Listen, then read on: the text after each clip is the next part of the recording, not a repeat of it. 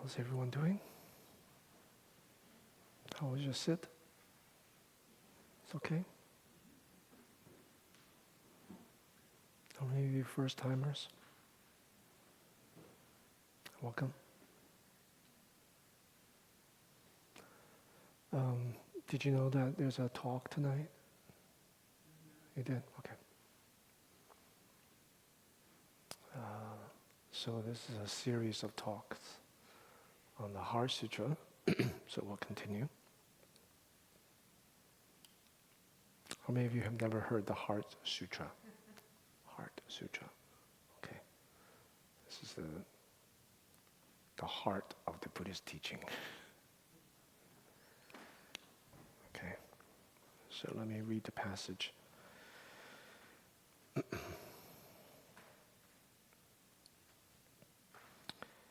So last talk, I spoke about basically the 18 realms.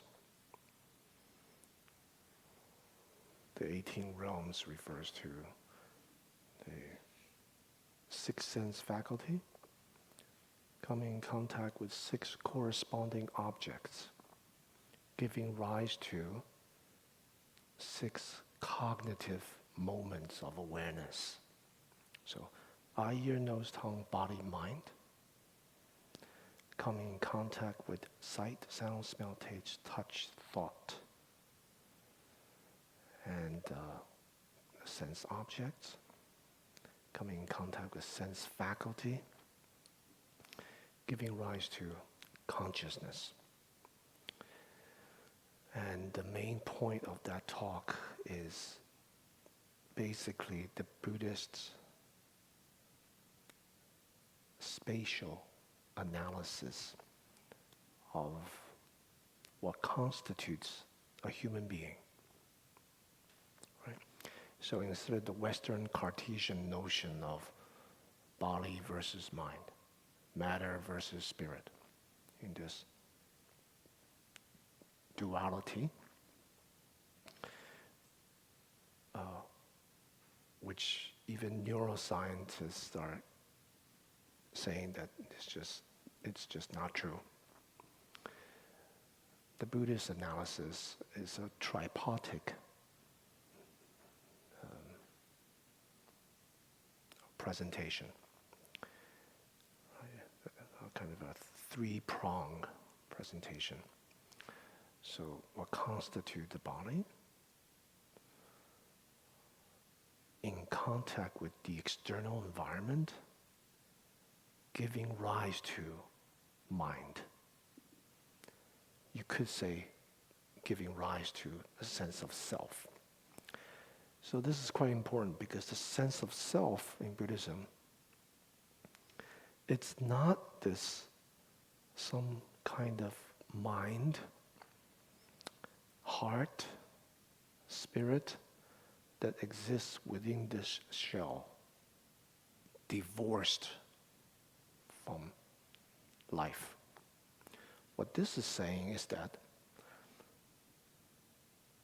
we are intimately entwined, intimately interconnected. What constitutes us is everything else. Right? So it's not only socially constructed, but neurologically, biologically, and cognitively. Right? So the self has no center. There is no reference point around which we make choices, decisions. There is no thinker in the midst of thinking. Right? What we believe to be our sense of me, I, mind, the line, the center of all of our experiences, is actually this intricate interweaving of the sense faculties come in contact with sensory objects, giving rise to moment to moment to moment cognition. So if any one of these 18 different realms is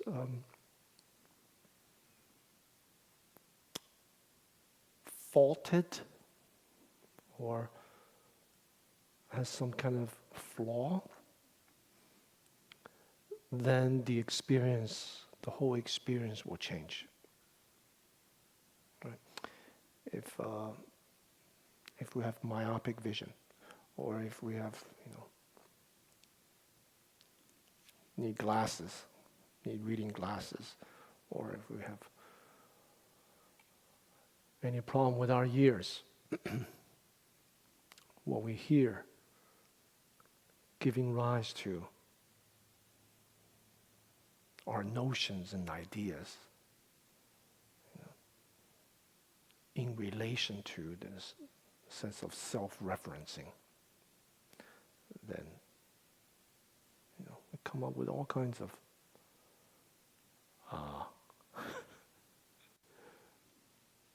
I'm laughing because yesterday I'm gonna use you as an example, John. Our experiences shape our sense of self, shapes our sense of, and our experiences are shaped by our faculties. So sometimes we can come up with all kinds of erroneous notions and ideas. Right? So I gave a talk on last Monday, and a special class on last Wednesday to a group of students, FSU. In the Q&A dialogue, was addressing their questions. So yesterday, one of the frequent practitioners here asked me a question about the dialogue. It's been bugging him, ever since he heard it. He says, Guo Gu, what was it that you were saying about the Holy Spirit? Did you say something about the Holy Spirit? I was like, not that I know of. Holy Spirit? Are you Catholic? So maybe this person has developed some idea about the Holy Spirit. It really tripped him up. And so our ear faculty, when it hears something, sometimes it's hearing things that's not there. Sometimes it's hearing things from our projections.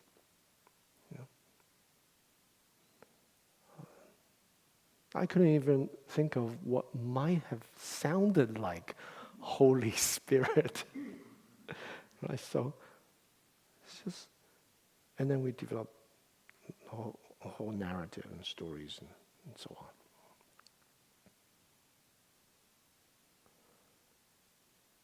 So our experience of self from a spatial perspective can be kind of deconstructed to these 18 realms. And the point of which is to highlight the fact that there is no center to our notions, ideas, feelings, narratives, our sense of self. It's moment to moment, shifting, changing, interrelated with everything else. One sense faculty has some issues. it will change the whole range of experience. Does that make sense? And the point of that decentering is interconnectedness. So the passage of that in the Heart Sutra is no eye, ear, nose, tongue, body, mind. 6. No sight, sound, smell, taste, touch, thought. There is no realm of the eye, all the way up to no realm of mental cognition.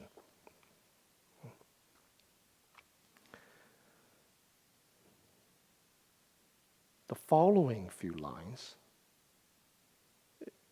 is the Buddha's teaching on a temporal analysis. The Buddha often taught from a spatial perspective, like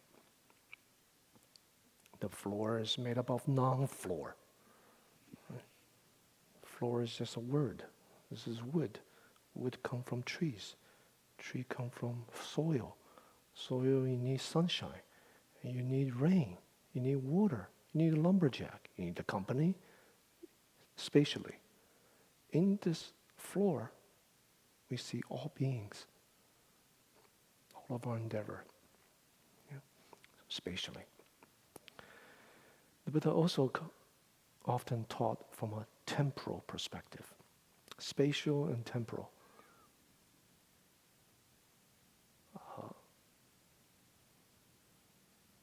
Are very concrete ways of pointing at this moment of reality. You know, not some metaphysics. He was very down to earth.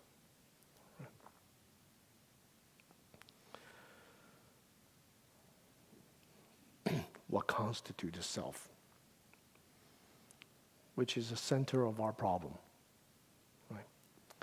Our selfing and othering. Right?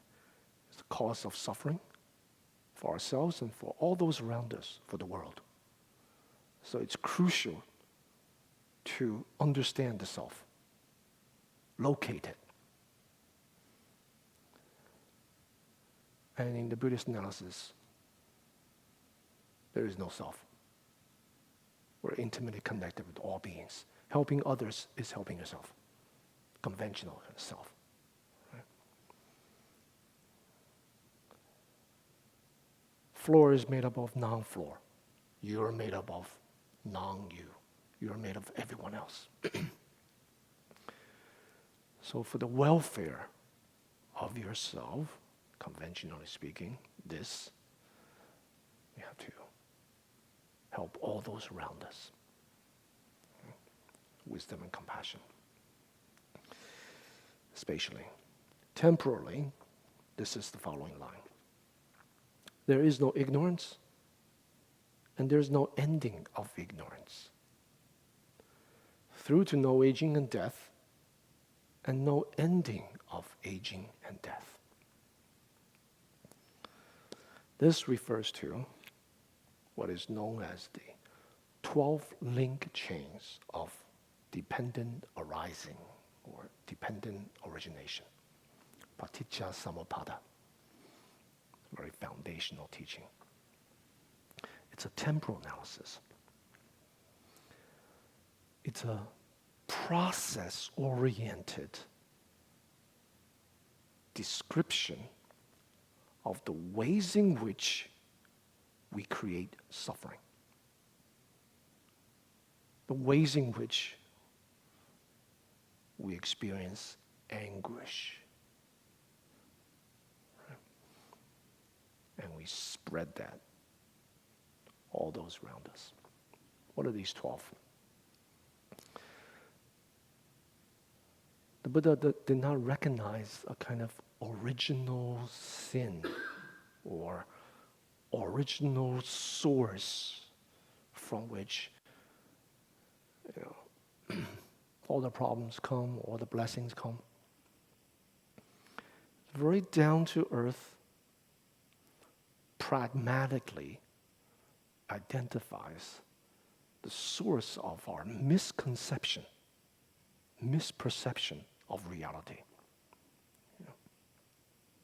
So we are, you could say, we're neurologically wired in such a way in order for us to function, so we don't walk into walls and we know what needs to be done in different circumstances. One of the byproduct of the wiring is to produce a sense of subjectivity, right? That when we see something, we recognize it as an object out there. We recognize it. There's a sense of subjectivity, right? And objectivity. Right?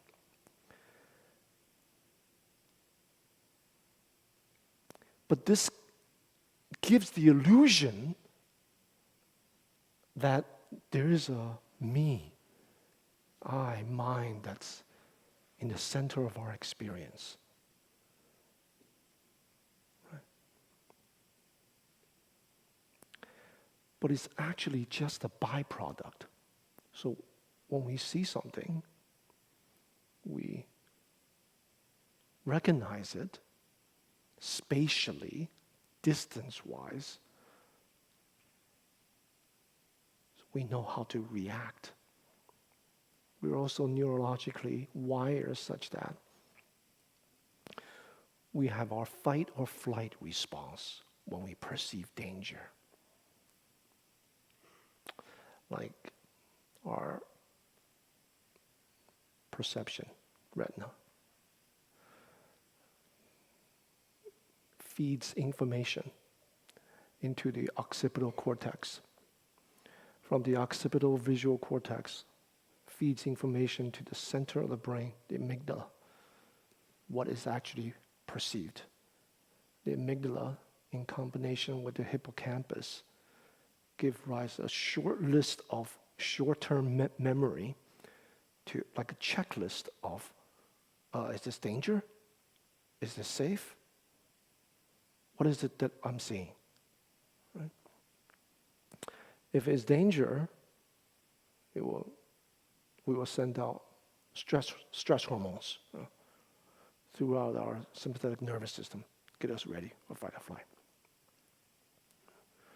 But in that process, that short-term memory, that short list of the danger, is this safe, danger, it's filtered through all of our preconceived ideas. Right? Preconceived ideas of things. This system works each moment, every moment. Like, how many of you have seen a green apple and took a bite into it, and your experience is, oh, it's sweet? Have you ever had that experience? As opposed to, say, like a red apple, looks a little juicy. But a green apple, raise your hand. Yeah. This is part of that predictatory, I don't know how to say that word, process that we see something. Of course, it's not safety or danger, but it works with all experiences as well, in which we see it in an instant. Our brain is flooded with very subtle levels of perception, predicting what that apple is. Green, raw, maybe sour. And then we take a bite. Oh, it's sweet. So our brain recalibrates, kind of readjusts. That process of prediction, that process of, is this good for me? Is this bad for me? Is that pleasurable? Is this not pleasurable? Something I should seek after? I should not seek after. All this is happening below the surface of our conscious mind. Moment to moment to moment to moment. This process, the way that we're wired to do this, to identify pleasant, unpleasant, safety or danger, has given off a side effect, side product of a sense of self. Of a sense of self. And this sense of self is what Buddha Dharma targets as non-existent.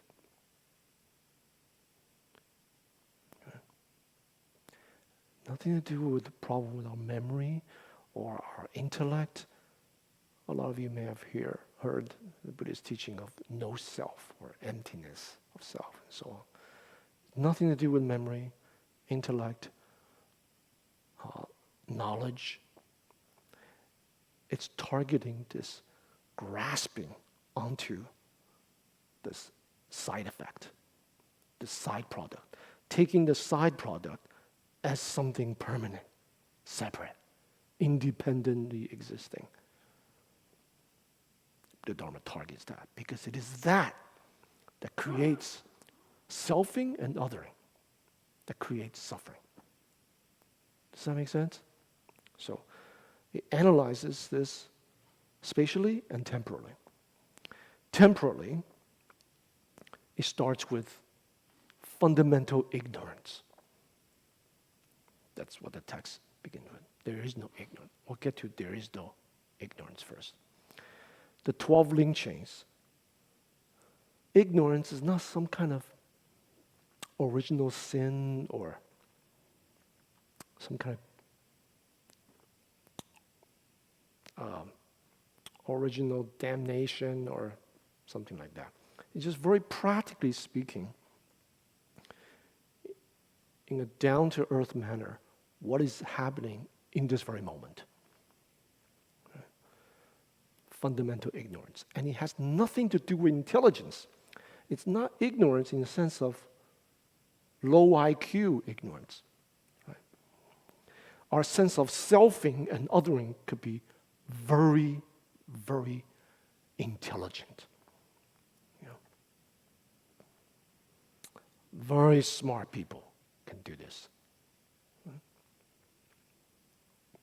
As all of you know, all of you are very smart. And you know people that are very smart. You know? So that sense of self-referencing, embedded in that, is a kind of othering. That is fundamental ignorance.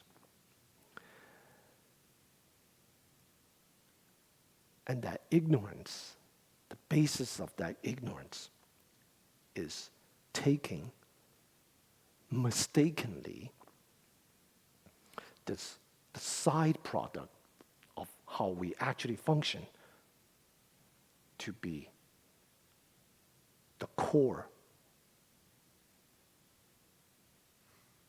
sense of being, some kind of permanent,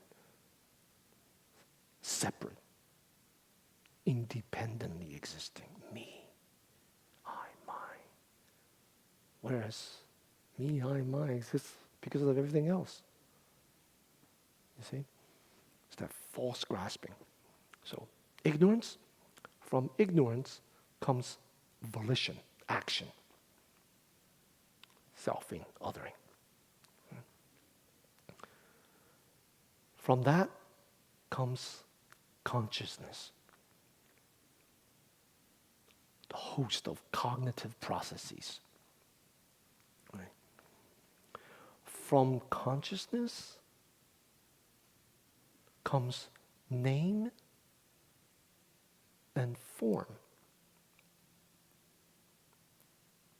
It's very curious.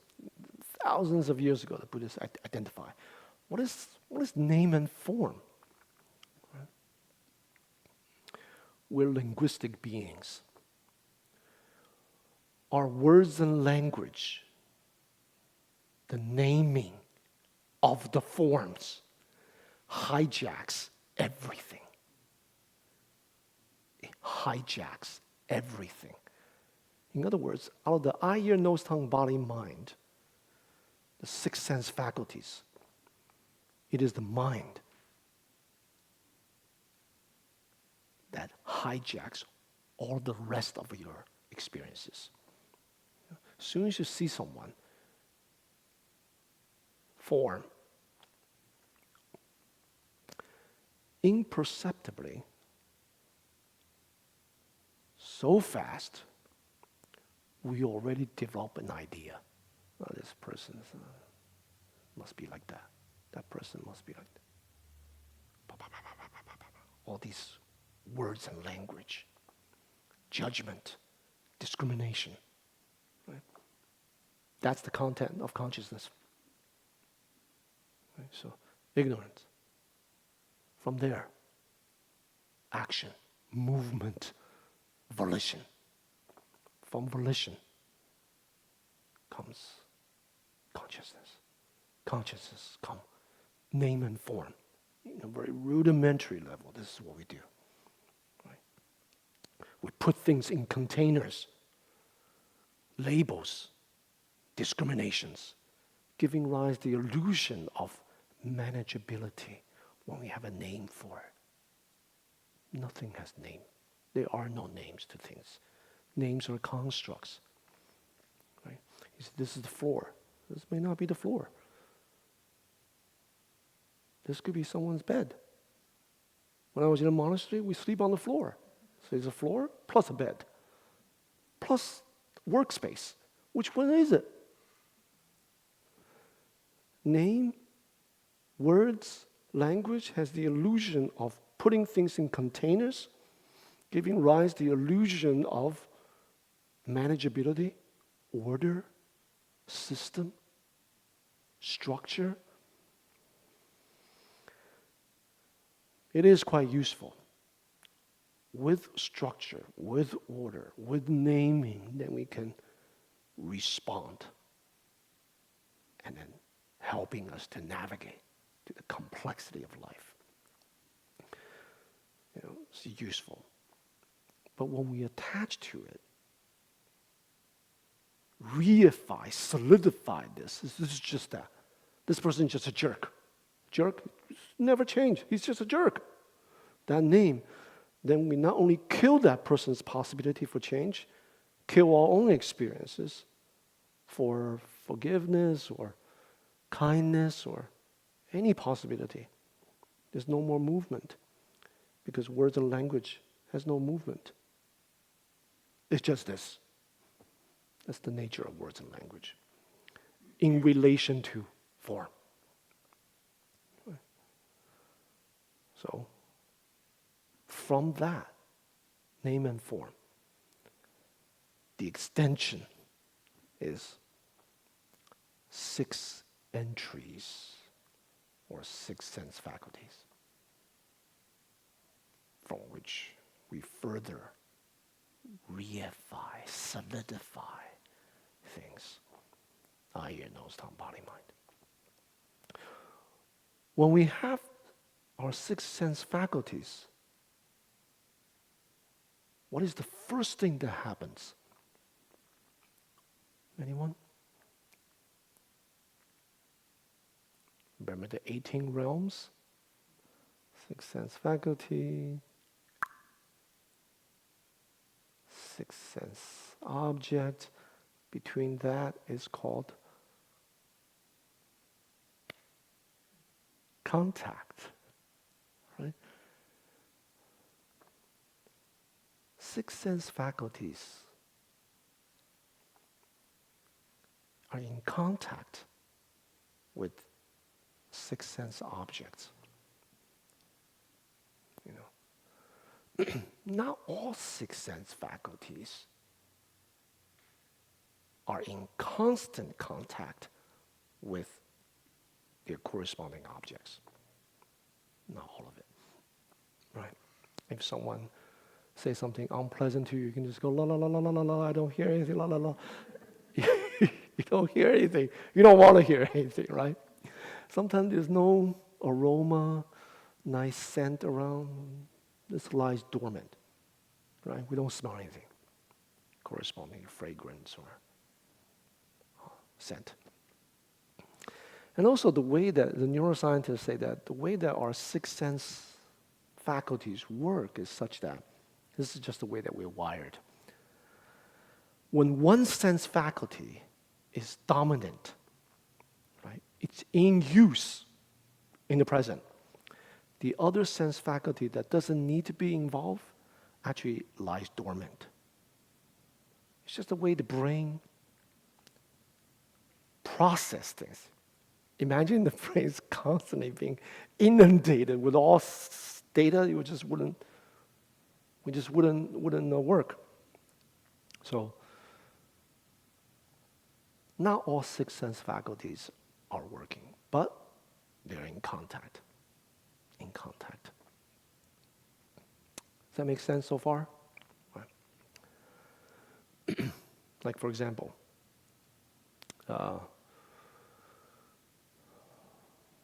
when we are listening to something, listening to sound, the bodily faculty and the olfactory faculty and the taste buds, maybe the eyes too, just lies dormant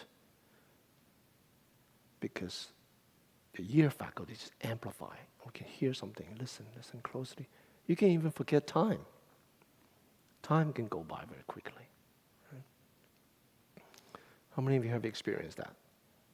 Right? When the mind faculty, which is very often, becomes dominant, the other sensory experiences also lies dormant in the background. Right? So that when the mind is thinking something, concentrated on something, time can go by very quickly. Right? So, even someone try to pinch you or call you, your sense faculty, if you're concentrating on something, your sense faculty of the ear, you may not hear you. You may not hear the person. Or they have to pinch you, they might not even have any sensations, right? Because you're concentrating on something. So similarly. But when there's contact, there's definitely sensations on all six sense faculties. Right? It's just a process. This is the mechanism through which we operate. Sensations could be of three kinds: pleasant, unpleasant, neutral. At a very raw level, we can say. Like, for example, at this moment.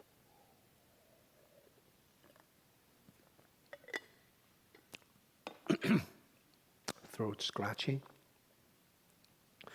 It's not that unpleasant, but if I want to continue talking, I gotta drink water. Right, so a little scratching. So drink water, lubricate, and then I can talk, continue. So categorize this on a very subtle level. Unpleasant. Or maybe neutral. Once you have sensations, however subtle it may be, pleasant, unpleasant, neutral,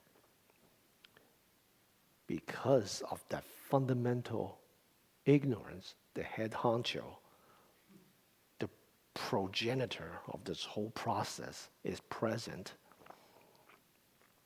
it begins the process of selfing. Right? So, pleasant, I want it, I want more. Grasping. Unpleasant, repel. Neutral, I don't care. You know, this works with every moment of our waking and sleeping state. Yeah. Your sense faculties lie completely dormant in your dream, REM state. But if you're dreaming like a big German shepherd is chasing you, you can actually perspire while you're sleeping. So the grasping, the fear, the amygdala contacting the hippocampus, send out stress hormones, fight or flight, get ready. That can happen even when you sleep. Whereas your bodily faculty is completely lie dormant. It's not even moving. Olfactory, dead. Hearing, you don't hear a word. It's just the mind can create a whole story, whole scenario of activating, grasping, rejecting, craving, repulsing. Right? So once you have sensation, because the head honcho is present, right? Fundamental ignorance, that habit, force of self-referentiality is present. Even in dreams, it's still operating. Once you have craving or grasping, embedded in that is aversion. It's taken for granted. Craving and aversion are two sides of the same coin. Right? So once you have that, you will definitely have existence. Existence of what? Karma. Congratulations. The karma of that action of craving. Karma just means action. Right? Intended action. Now you can think that, I don't mean it. I don't intend to do that. From Buddhist perspective, there's no such thing as unintended action. Even if you may be not mindful, but that's not mindful intention. Karma. Right? Karma just means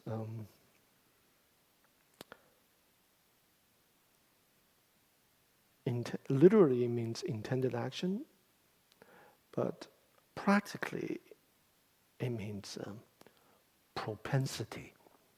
It's like a force, propensity. So if we reify, amplify particular type of action, force, then we will reap the retribution of that force. It's like you plant apple seeds, you get apple trees. Right?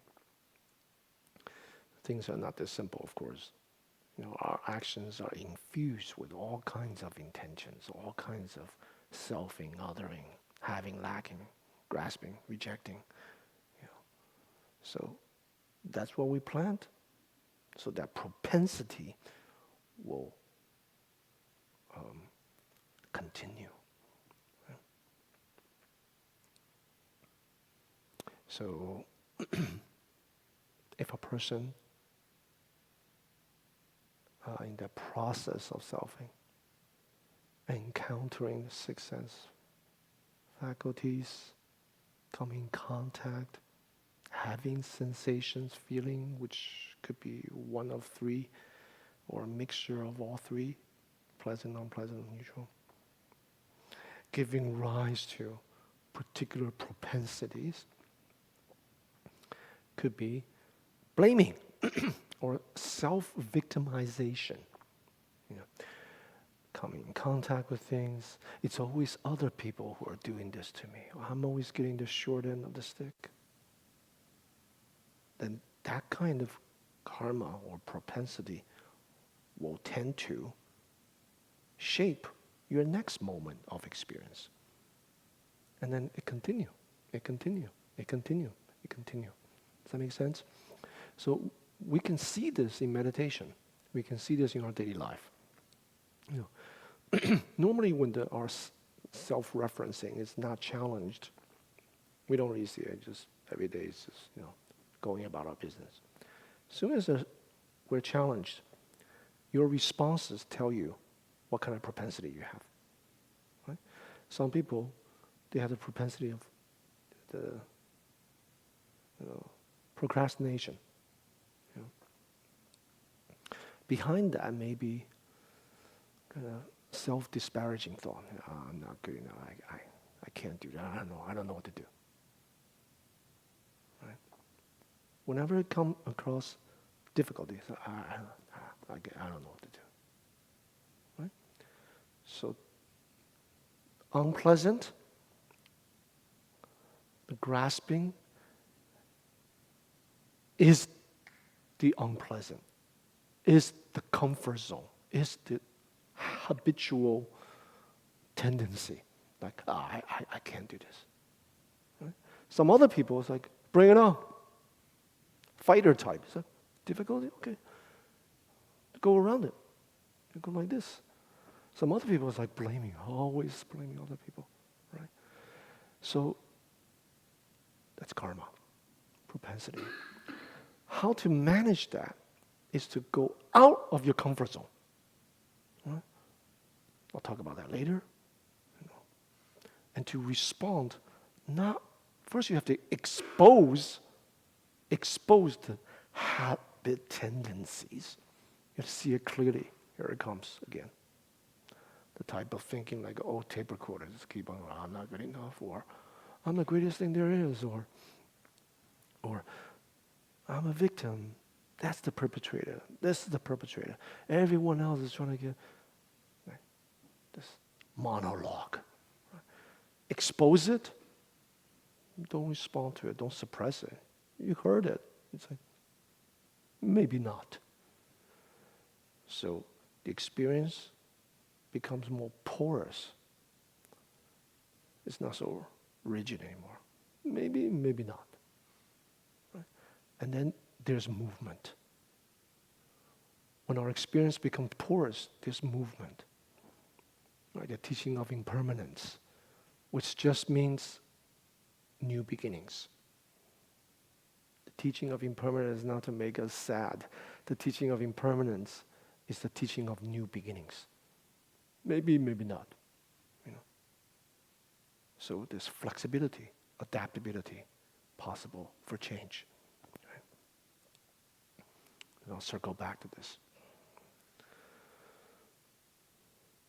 Once we have existence, the karmic propensity is planted. We will definitely have birth of the next moment. This continual rounds of samsara, ocean of suffering, the wave. Once you press it down the water, the wave will come, will respond. Existence of birth.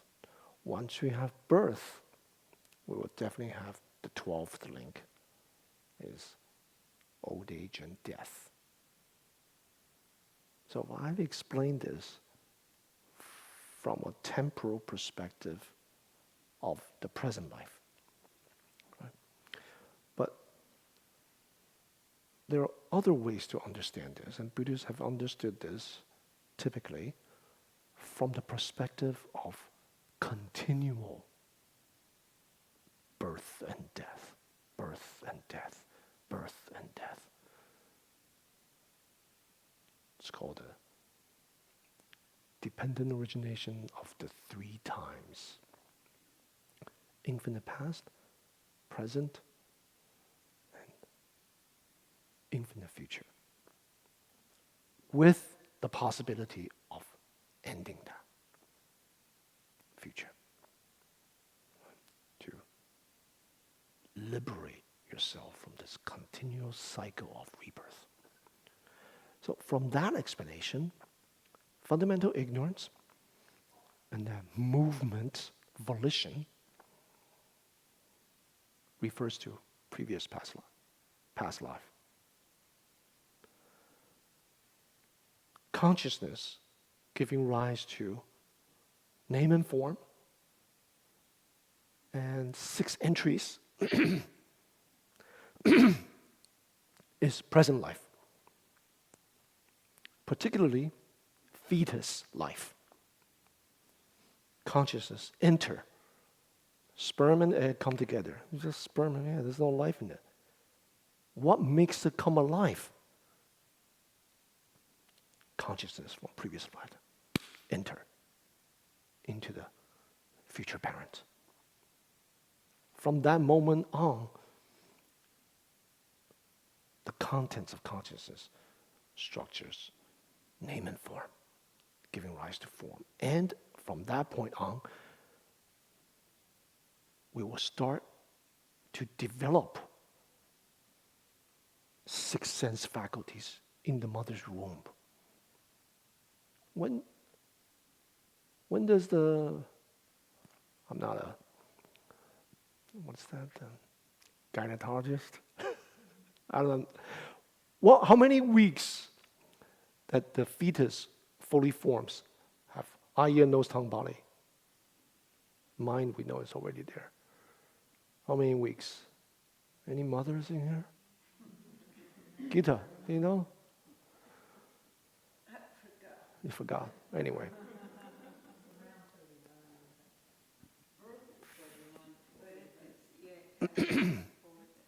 Yeah. Anyway, you can look it up. Google it.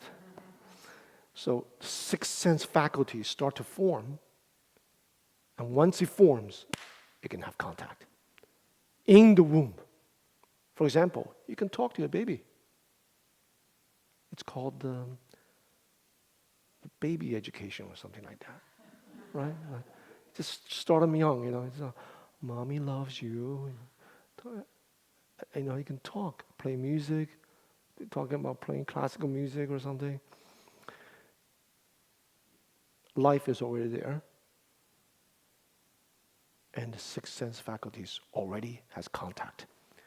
And it has contact, and you will definitely have what? Sensation. Not yet. Sensation. Once you have sensation, you can have good, bad, neutral. When mommy's calm, and then the baby's calm in that womb, right? Pleasant. Right? That's when the education begins. Mother is stressed, baby becomes agitated. It affects it directly. Once you have sensation, you will definitely have craving, right?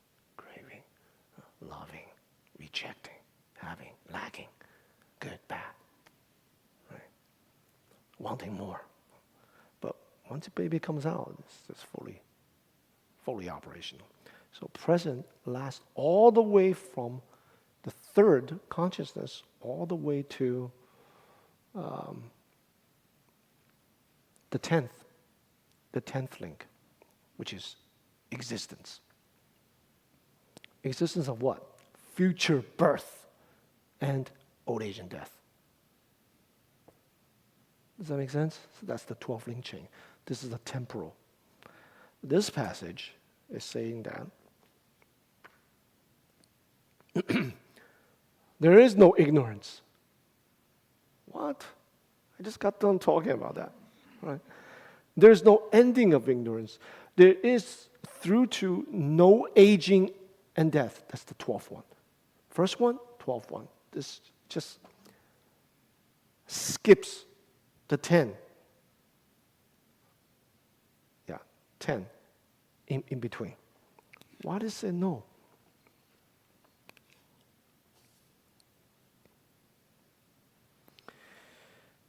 There is no ignorance. Could be said, this is the most important part. Before, I'm just explaining what things are because we're not familiar with it. The most important teaching is twofold. There is no ignorance, and there's no ending of ignorance. There is no ignorance refers to the path of individual liberation. Hinayana. I'm not using the word Hinayana in a dismissive manner. It's just out of convenience. Lesser vehicle centering on individual salvation, individual liberation. And the whole movement of the early fundamental teaching is a movement from existence to show that it's non-existent. Right? Wooden floor is made up of non-floor. Self is made up of non-self. Right? This is a move. It's a deconstructive move. It's a dismantling move. Does that make sense? The whole gist of the early foundational teaching is what we would call apophatic teaching, borrowing from the Catholics' theology. Apophatic means in theology, right, there is no God is not this, God is not that. Negation. Through negation, you understand what remains. Right? So, apophatic. Early Buddhist foundational teaching is like this. It's a basic movement from existence, suffering, to no suffering. Fundamental ignorance to no ignorance. How do you do that? Contemplate. Spatially, temporally. This fundamental, illusory perception of self. What you believe to be your sense of me, I, mine. Taking mistakenly for granted the byproduct of how our neural synaptic functioning, the sense of subjectivity, to be a subject. In Buddhism, we recognize there could be subjectivity without subjecthood. We function fine. Sense faculties, our intellect, our memory, our knowledge function fine without grasping onto a fixed notion of me, I, mine that lie in the center. That's actually extra. That's actually the cause of suffering. That's actually the cause of war, of all conflict. Right? So removing that from existence to non-existent, recognizing the emptiness of that. That's basically foundational Buddhism. Earlier teachings in this series, I've already dealt with that. It's all online, YouTube. This is the 11th talk. Next line, the punchline.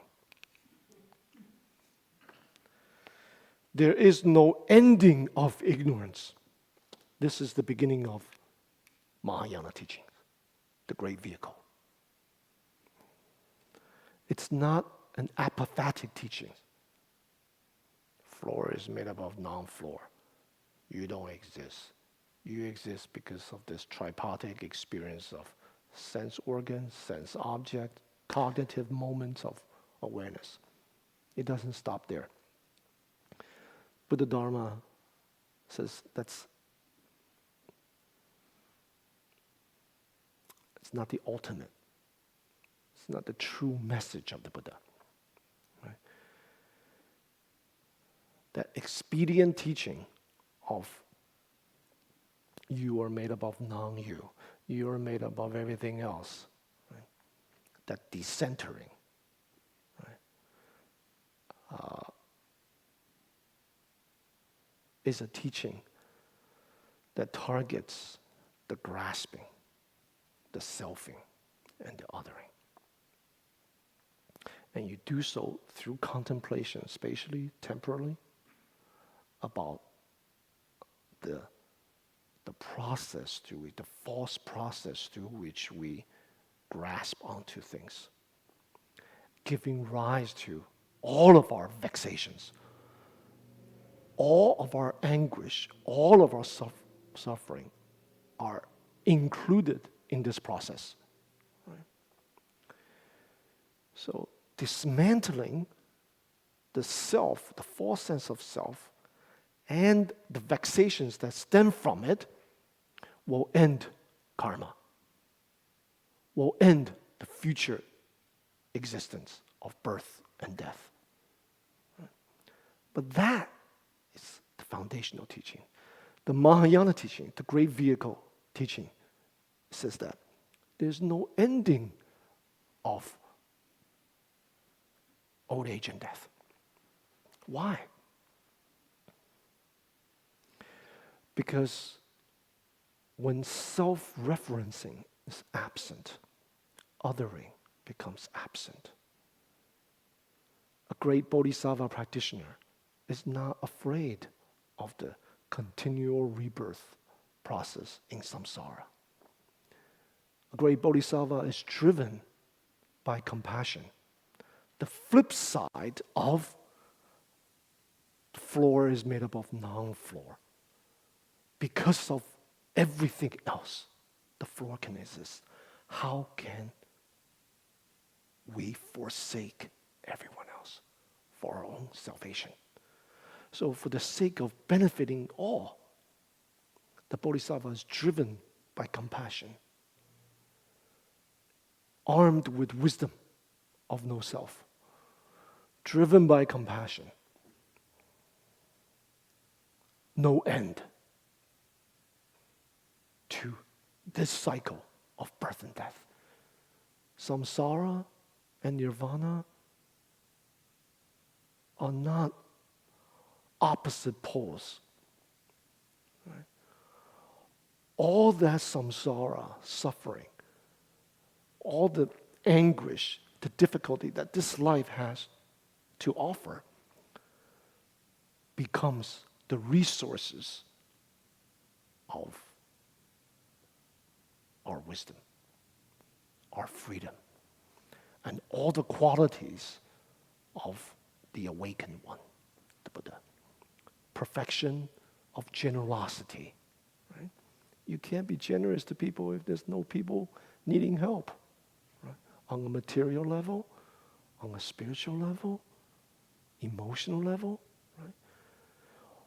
Everything in this world draws out our resources, draws out the best version of ourselves.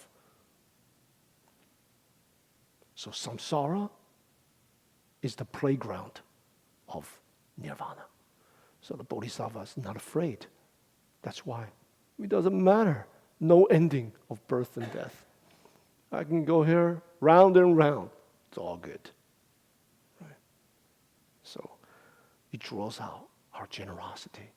It draws out in difficult, complex situations our ability to navigate ethically. Right?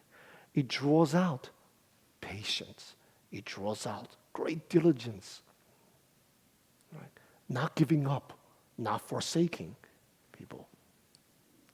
It draws out our ability to contemplate, meditate, right? To deal with all kinds of things that come up here, and all of life has to offer becomes our field of meditation practice. And from that, it draws out our wisdom of skillful means. Right? Not the fundamental wisdom of liberation. Practitioners of individual liberation already has that. Right? But to continue on the basis of that wisdom of selflessness, it draws out the wisdom of skillful means to relate to people. That's a whole other business. You know? It's like teaching. Yeah, teaching is very difficult. Very difficult. You know, teaching people, you know, dealing with people's projections, transference, all kinds of stuff. You know, I say something, they misunderstand it their own way. It's, you know. So, how to skillfully relate to people, to be present to people, to identify the karmic dispositions of people. and to give the correct antidote. That takes skill. That's the Bodhisattva path. Right? So this line, that's why there is no ignorance. That's where early teachings stop. Right? Use wisdom to deal with ignorance. The Mahayana, there's no ending of ignorance. Right? Continues on for the sake of all beings. Right? Living in samsara. And then it continues through to no aging and death, no ending of aging and death. Right? So these twofold. Hinayana, Mahayana, Hinayana, Mahayana again. So that addresses 12 link chains of dependent origination. The first set deals with spatial, 18 realms. Before that, 5 skandhas.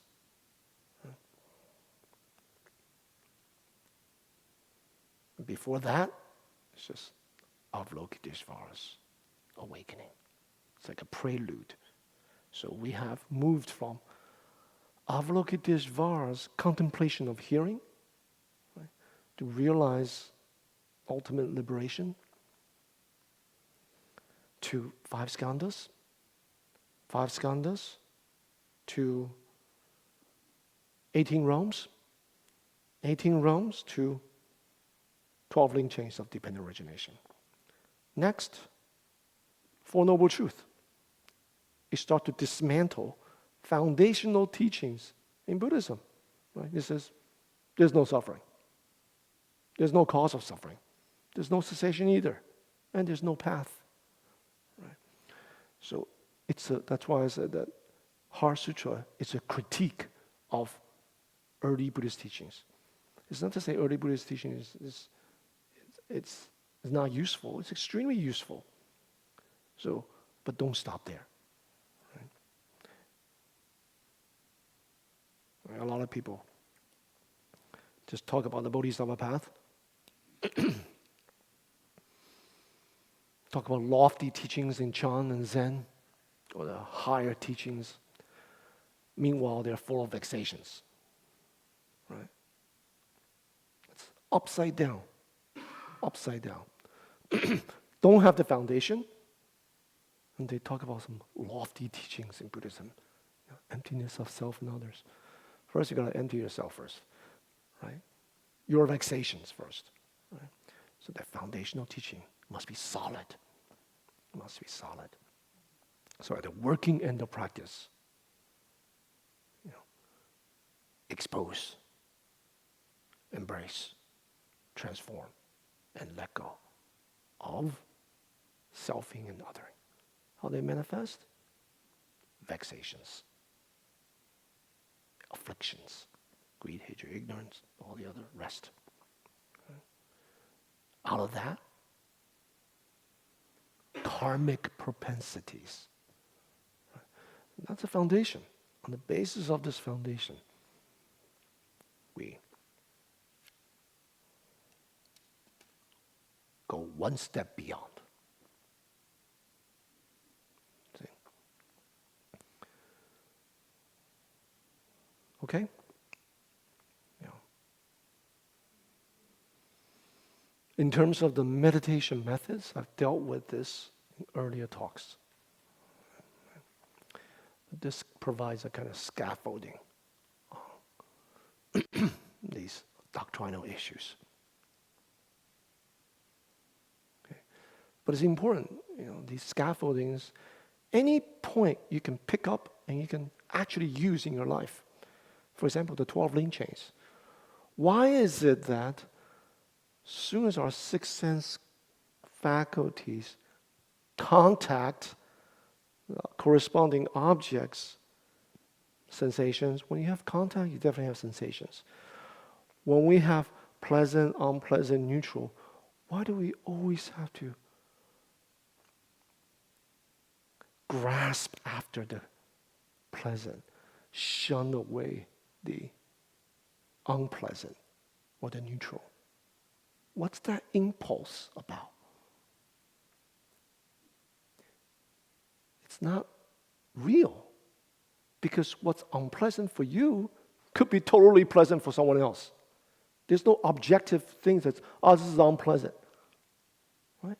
So what is it, if we turn a light around, what is it in me, in my habit tendencies, that have just categorized, reified through my perception, put this in a container that's unpleasant?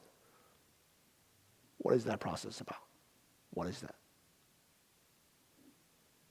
You see, that's worth examining. Right? When we don't put things in containers, when we allow it to be porous, possibilities come. Right? What you may perceive initially as unpleasant could turn out to be very useful for your life. You know? Just think of all the ways and the people in your life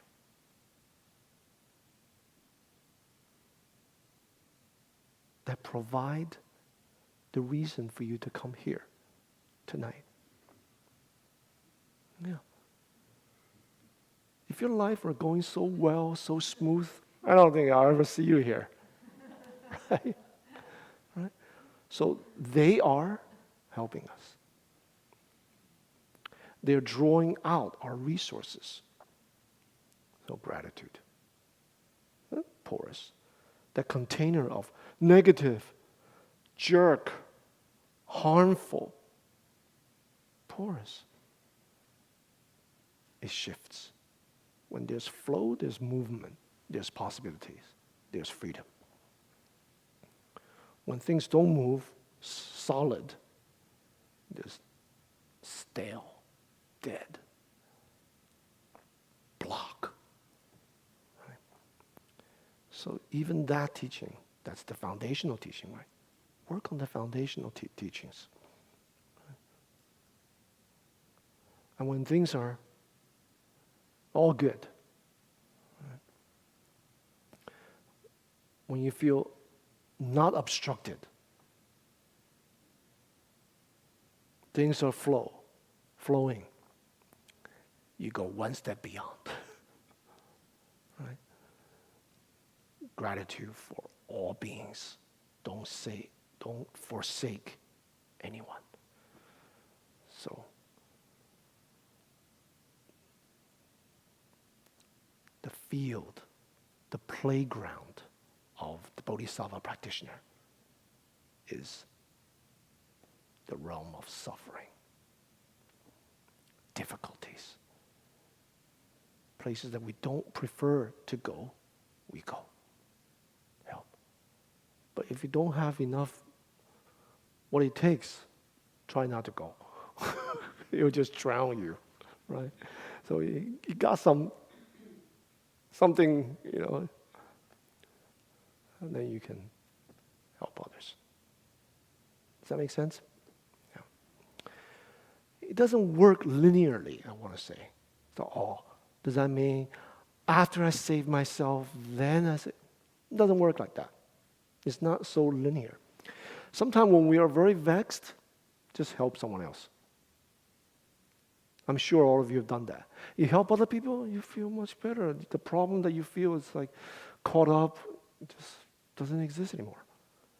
This works for everything sometimes, you know, like writer's block. You know, in grad school and writer, I can't go listen to some talk or go do something else. And then it's just, you know, flow. Why? Causes and conditions. Right. Everything's dependently arisen. So change the configuration. Then things will flow again. Okay. All right. Any questions? Yes, Liz. Do we have a mic?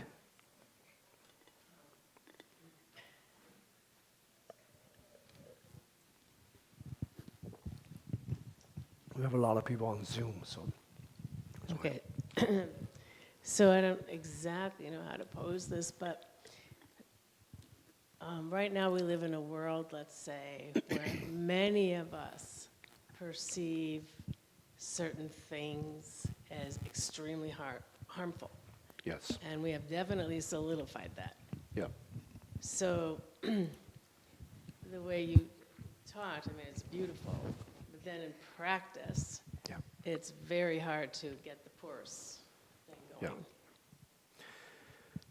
We have to diffuse the mechanisms of that tension and stress and that solidification in our perception. So our body is not separate from the mind. It's not separate from the environment. Like I said, it's a tripartite experience. So you can, if your mind is feeling this way, you can come at it through the body. You can come at it through the environment. Right? And then the rest will unpack and change. For example, if you come at it through the body, you're looking at the news.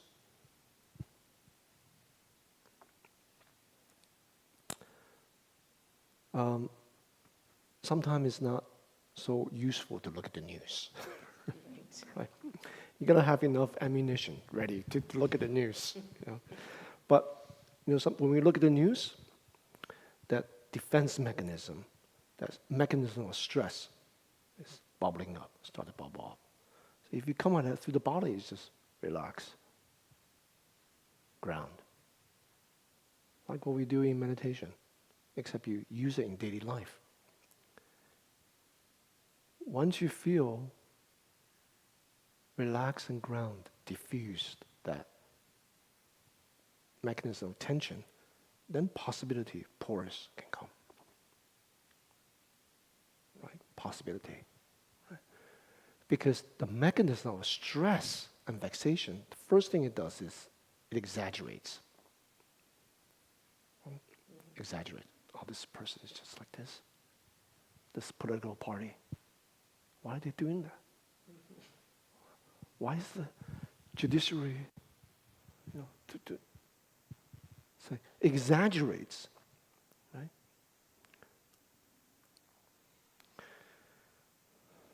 Floor is made up of non-floor. This person is made up of that person. What we find difficult to handle, to process, only reveals our difficulty. It doesn't fit your interpretation of the world. Very difficult, harmful people, they have best friends. Yeah. They think they're the best person, So one way to find it is just to see that and relax this, diffuse this habit force of tensing, of reifying and exaggerating, othering. To directly practice that. Other ways to diffuse it is through the environment. I said tripartite, right? Stop reading one kind of news. Read your opponent's news. Read other news channels. You see different perspectives. Right? So whatever solidification that we have held on to,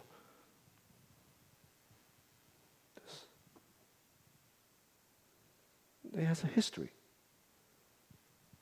to why we are the way we are. So it has this habit force. So does it have anything to do with we all have different realities? Oh yeah, totally. Yeah, so if we... Thousands of years ago, the Buddha said, the Buddhist teacher said that the world is a construct of consciousness. And they worked out epistemologically, psychologically. Abhidharma, Yogacara teachings. So people live in their own worlds, right? And they fortify it through views. self-referential views, the containers. And things that are not in this container, that's the other. Right? So that creates conflict, that creates suffering. It's not to say, oh, everyone, I just quiet my own mind, just make sure my bubble is peaceful. No, we engage with the world, but we understand their view. We don't use labels like victim and perpetrator, harmer and the innocent. No. These polarizing things, sometimes the perpetrators are victimized by the victims. And they produce all kinds of narrative about that person. Completely skewed. Yeah. So if we come at it through the body, we know what to do. We come at it through the environment, we expose ourselves to other perspectives. My stepfather, staunch Republican. Oh, I have good conversations with him. Purposefully, to understand. He's very intelligent. He's not like, someone that's kind of, whatever you think Republicans are, right? They are Republican Buddhists. You say, oh, Buddhists are all like liberal. No! So these views, some views help us to navigate under certain circumstances. Some views are not so useful in this circumstance, but in a future circumstance, that view actually paved the way. Just like the people that drove you here. Difficulties in your life, or people arguing, I want to find people, I have stress, I just need de-stress. A lot of people come here. All those people drove you here. What seemed to be negative, you don't know. You don't know. That could be the seed for liberation.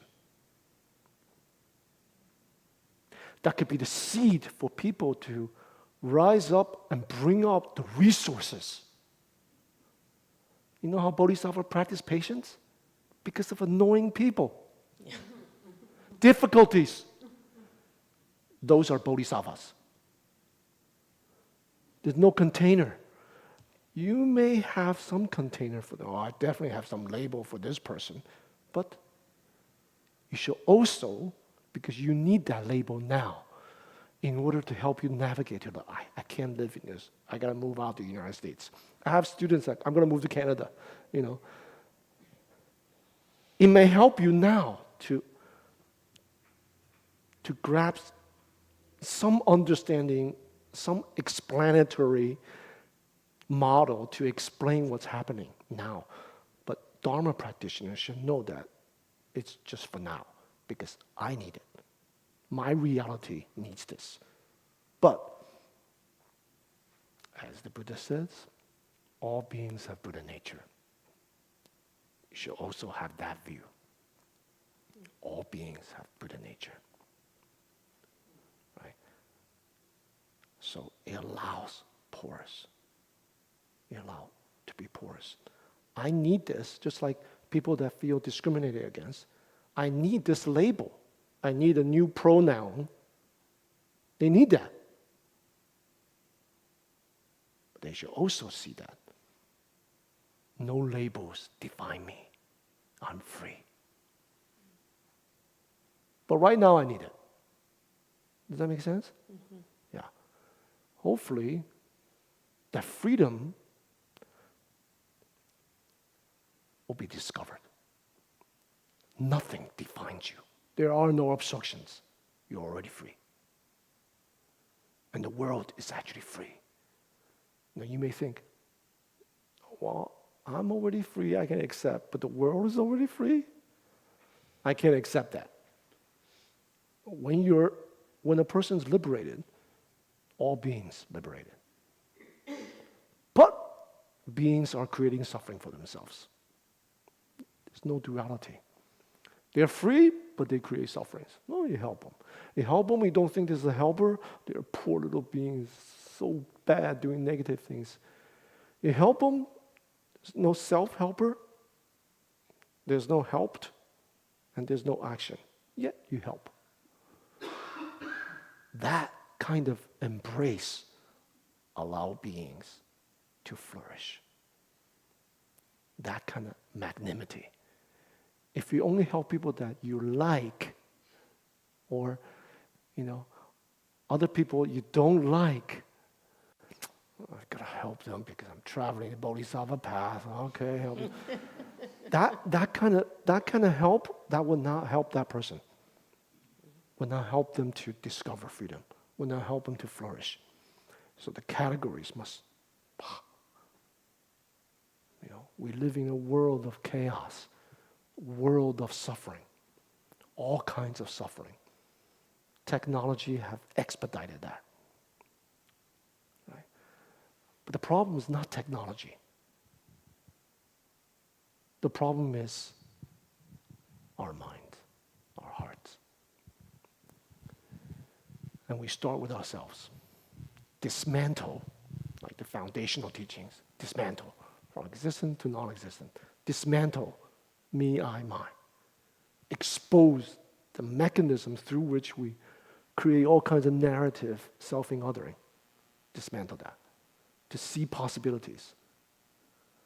In the process of doing that,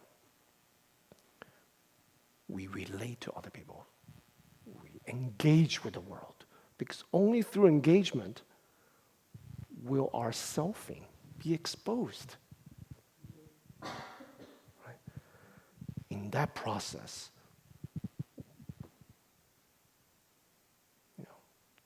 technology, words and language, containers, temporarily useful. Everything is temporarily useful. Right? But nothing contains you. Nothing contains.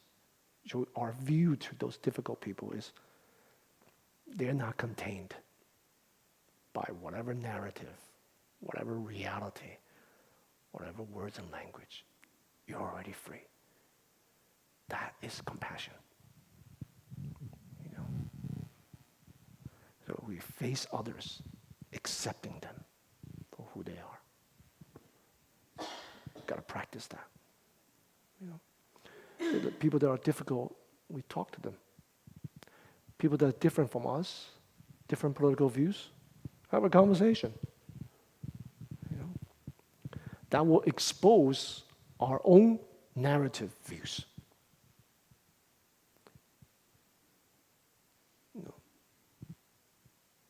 Comfort zone. Comfort zone. All things have their utility. All views have their utility.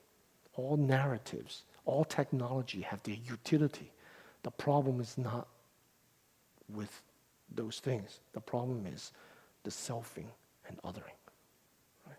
The ways in which we have fortified our views of the world and other people. We need to work on that. Right? And we have the whole beautiful community to help us, to support. Right? The whole Dharma community, everyone on Zoom as well. Right? That's Buddha Dharma. Okay? Anyone else? Yeah, Gita. I have a question about the line, there is no ignorance and no ending of ignorance, and the similar lines. So I had interpreted this in a very logical way. If you don't have a beginning to ignorance, then of course there is no end. If it didn't exist in the first place, then there's no end. But you explained it in a different way. Yeah. And so how is it that there is still ignorance, that it doesn't end? Is it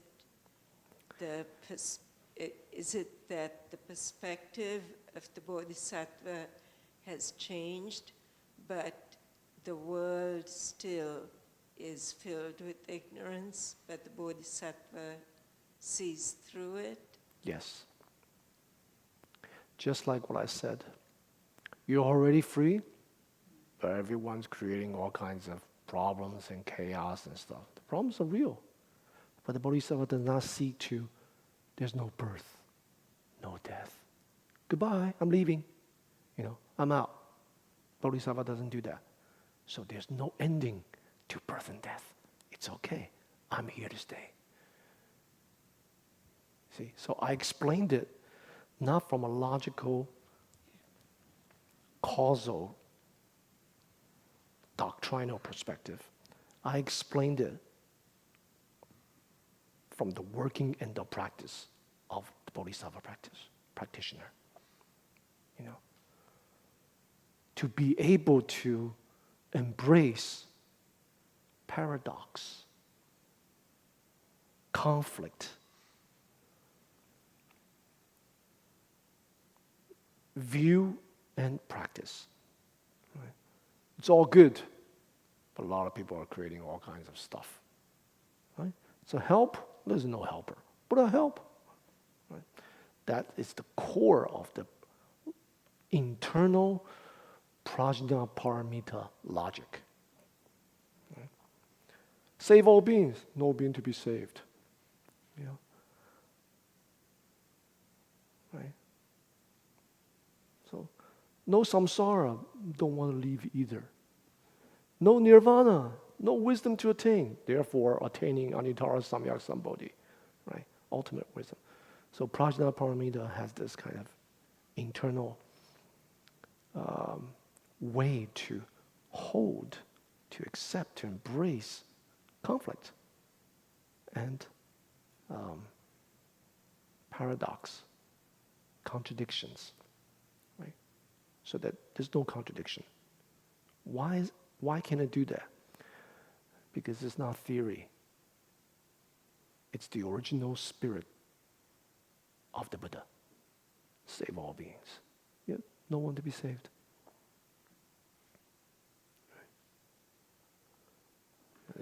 It's a very unique position. Usually people think, save all beings because I, yours truly, is the savior. Usually a lot of religions like, you believe in me, I'm the savior, right? The Buddha says, no savior. No process of saving. No saved. Yet, everyone's saved. You work. That avoids a lot of the potential vexations, selfing and othering. That's why this view, this practice, speaks from the working end of the Bodhisattva practice. Right? So, humility, yet great realization, great action. Great action, great insight, there's no one there. You see?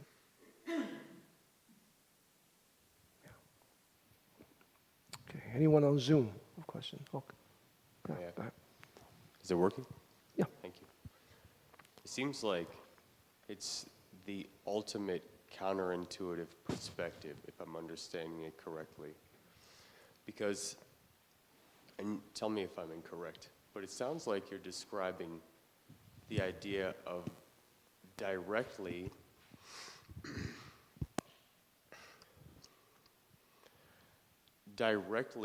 going against what it is that evolution or nature is intending to program within itself, being that of seeking pleasure, or pleasure being something that is towards survival.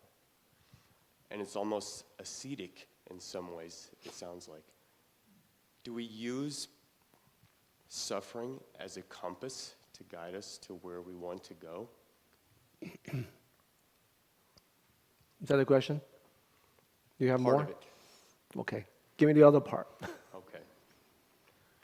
And it's still layers of counterintuitiveness on top of it because of the fact that you said engaging is the ultimate method, not avoiding.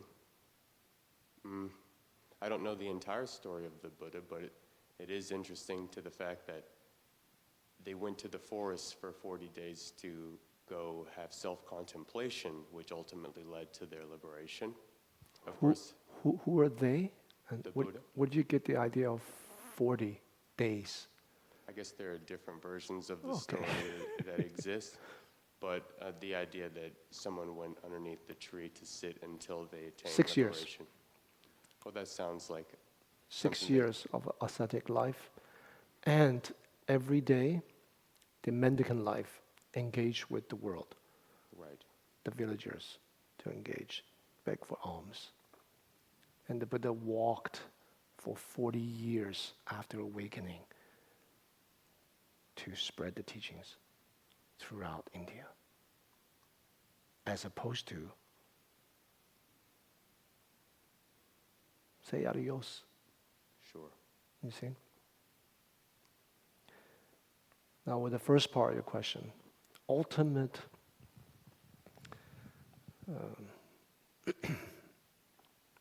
I wouldn't say counterintuitive. It is a radical approach. And the problem is not pleasurable, unpleasurable, neutral. Therefore, I have to target the unpleasurable. You suffering as a guide. I didn't say that. Right? Pleasure can be a guide too. Selfing, othering, having, lacking, gaining, losing. All of that are our guides. Whatever disposition we're at, we engage.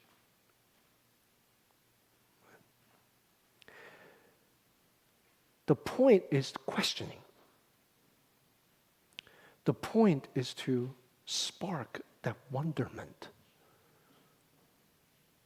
so that there's movement. The point is really not suffering, difficult people, technology, fake news, all these things. That's not the point.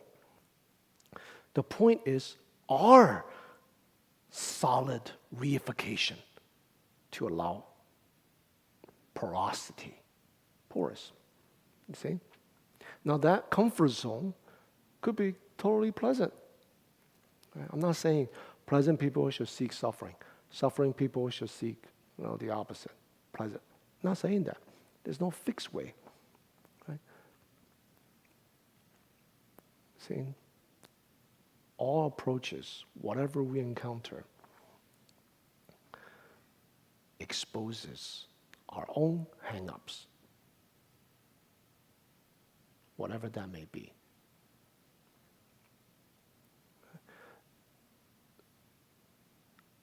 In exposing them, acknowledging them, accepting them, then there's movement. When there's movement, there will be insight.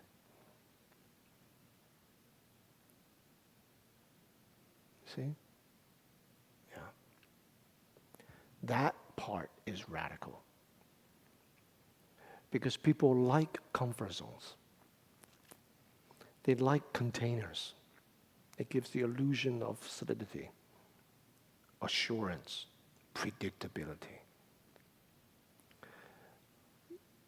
But it is stagnation, death, and causes blockage.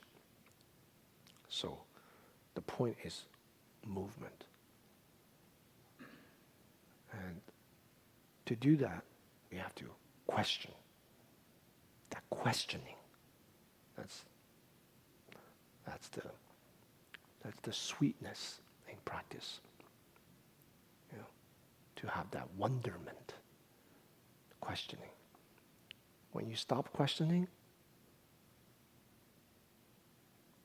there's no movement. See? Even liberation. Yeah. Even when we think we have some insight or something.